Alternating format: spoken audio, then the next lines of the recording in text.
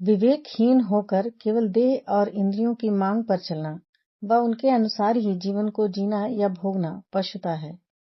हम मनुष्य ही तो हैं जिन्हें ईश्वर ने बुद्धि दिया, ज्ञान और विवेक दिया है, जिसके द्वारा हम स्वयं को नियंत्रित कर सकते हैं, स्वयं को सही दिशा देकर जीवन को सुंदर व संतुलित बना सकते हैं। परंतु यदि हम भी उसी प्रकार जीते हैं तो हम में और पशु में कोई अंतर नहीं। फिर हमारा मनुष्य होना व्यर्थ हो जाता है। इसी कारण से जब हम बिना विवेक के जीने लगते हैं तब हमारे भीतर पशुता आ जाती है और हम पशुओं की तरह ही आचरण करने लगते हैं, जिससे जीवन में असंतुलन ला लेते हैं। फिर चाहे वह कैसा भी संबंध हो, पति पत्नी का संबंध हो, माता पिता का संबंध हो, पिता पुत्र, माता पुत्री या हम कार्यालय में हों, हम हर संबंध में असंतुलन ला लेते हैं। इसलिए आवश्यक है कि हम विवेक को जागृत करके चलें। जो भी कार्य करें वह पूरी चेतना में करें, समझ कर करें। अपने भीतर के गुरु की बात सुने अथवा हम समर्थ गुरु को सुने व उनके दिखाए मार्ग पर चलें।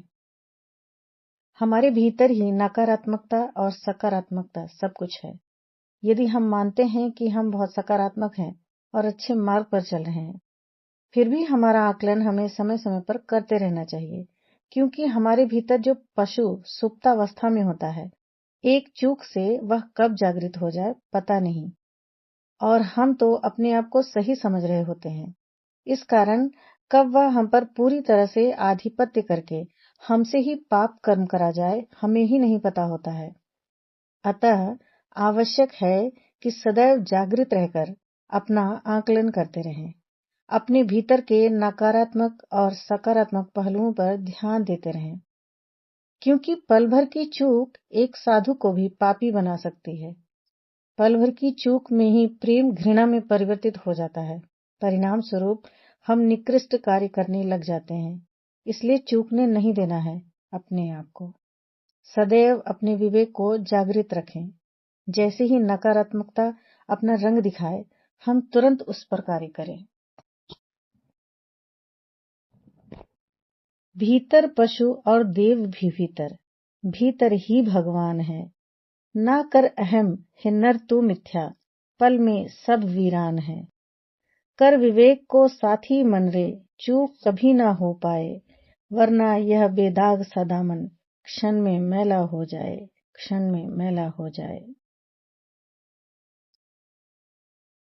ये जो आप सुन रहे हैं, ये पुस्तक अंजलि भर प्रेम से लिया गया एक छोटा सा अंश है।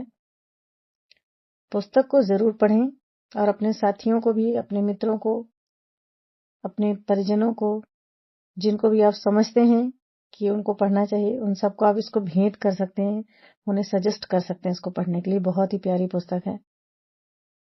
तो जाएं, अमेज़न से ऑर्डर करें, अपनी पुस्तक मंगाएं, अपनी कॉपी, और पढ़ें। साथ में अपना अनुभव भी मुझसे अवश्य साझा करें। तो आप सभी को बहुत बहुत धन्यवाद मुझे सुनने के लिए। राधे राधे।